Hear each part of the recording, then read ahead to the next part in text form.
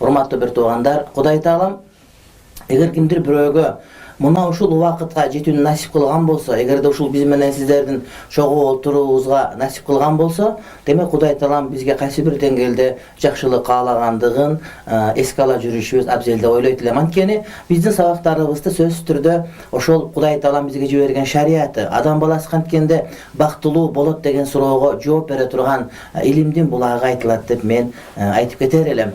Биздин бүгүнкү сабагыбыз бул эл арасында айтылып жүргөн оолуя, аулия, вали деген маанисинде Кудайдын оолуясы ким, оолуя экен, оолуя чалыш адам экен деген сөздөрдүн бардыгы. Чындыгында ошол маселени биз кээде оолуя дегенде аны пайгамбар катары көрүп, аны кээдага сыйынып алып, мындай бир туура эмес жолго түшүп кеткен учурларыбыз кездешип калат. Ошондуктан урматтуу бир тууганым, биз бүгүнкү сабагыбызда мына ошол оолуялар кимдер жана алардын белгилери кайсылар деген сөз айткыбыз келип турат. Чындыгында эң эле кыскача аныктамасы бул Кудай Таалама ишенип, ыйман келтирип жана ошол эле учурда ошол Кудайдын шариятын бекем сактаган адамдарды Кудайдын достору же болбосо Кудайдын валии деп айтабыз да. Кыргыз тилинде оолуя деген, араб тилиндеги аулия, оолуя деген сөздүн көпчүлүк түрү. Кээде араб тилиндеги көпчүлүк түр кыргыз тилинде окугондо жекелик түрдүн маанисин берип калганды көрүп жүрөбүз. Мисалы үчүн улама деп айтылат. Бул араб тилинде ошол аалым, дар деген сөздүн мааниси, бирок ошого карабастан ушундай бир тилден башка тилге өткөн өзүнүн маанисин кайсы бир деңгээлде жоготор экен. Мин аламатил вали, Кудайдын сүйүктүүсү болгон, Кудайдын валии болгон адамдын аламаттары кайсылар десек, айтат урматтуу бир тууганым, биринчиден аулия сафватул халқи бадал анбия ва русул алейхимуссалату вассалам. Булар пайгамбарлардан, элчилерден кийинки Кудайдын эң сүйүктүү пенделери, мына булар аулия, оолуялар болуп эсептелет. Биринчиси аннахум иза руу зукираллах.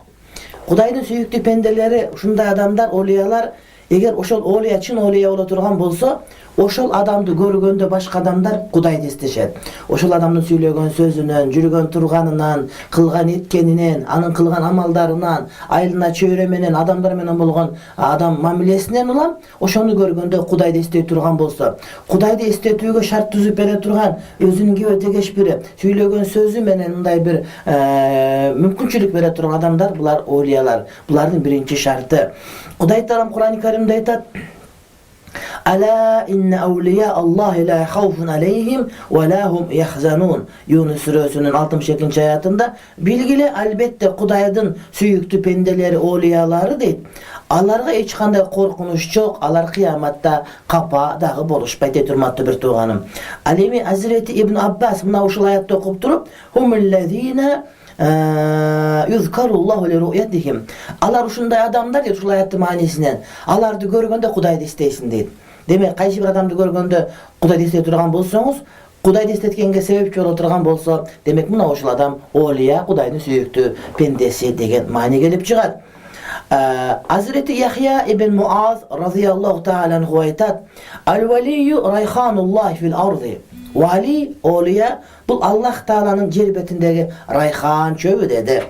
Яшуммуху сиддикун. Аны сиддик, ишеништүү, чынчыл адамдар жытташат. Фатасилу раихату ила кулубихим. Алардын жүрөктөрүнө мына ошол райхандын жыпар жыты жетет.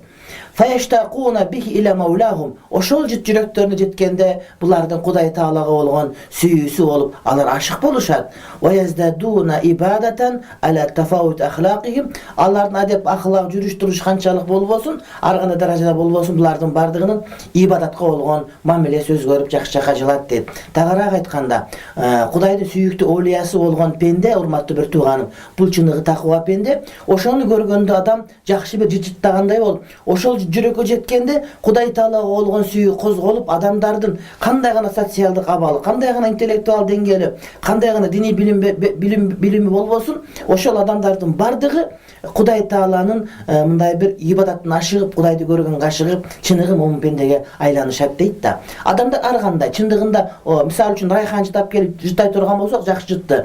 Аны бардык адамдар жыттайт дагы, ар ким өзүнө жараша кабыл кылат. Ошондой эле оолуя пенделерди көргөн адамдар, алар кандай гана түрдө болбосун, кайсыл гана катмарда болбосун, ошол адамдын жакшылыгынан, амалынан көрүп, андан этибар кылат. Демек, бул адам сүйлөбөй урматтуу бир тууган, бирок ошол адамдын өзүнүн жүрүш турушу, турган турпатынын өзү, sana көңүл бөлбөсө деле senin көңүлүң бөлүнүп, ошондон sen Кудайды эстей турган болсоң, демек sen урматтуу бир тууган чыныгы Олияны көргөн болуп эсептелесиң.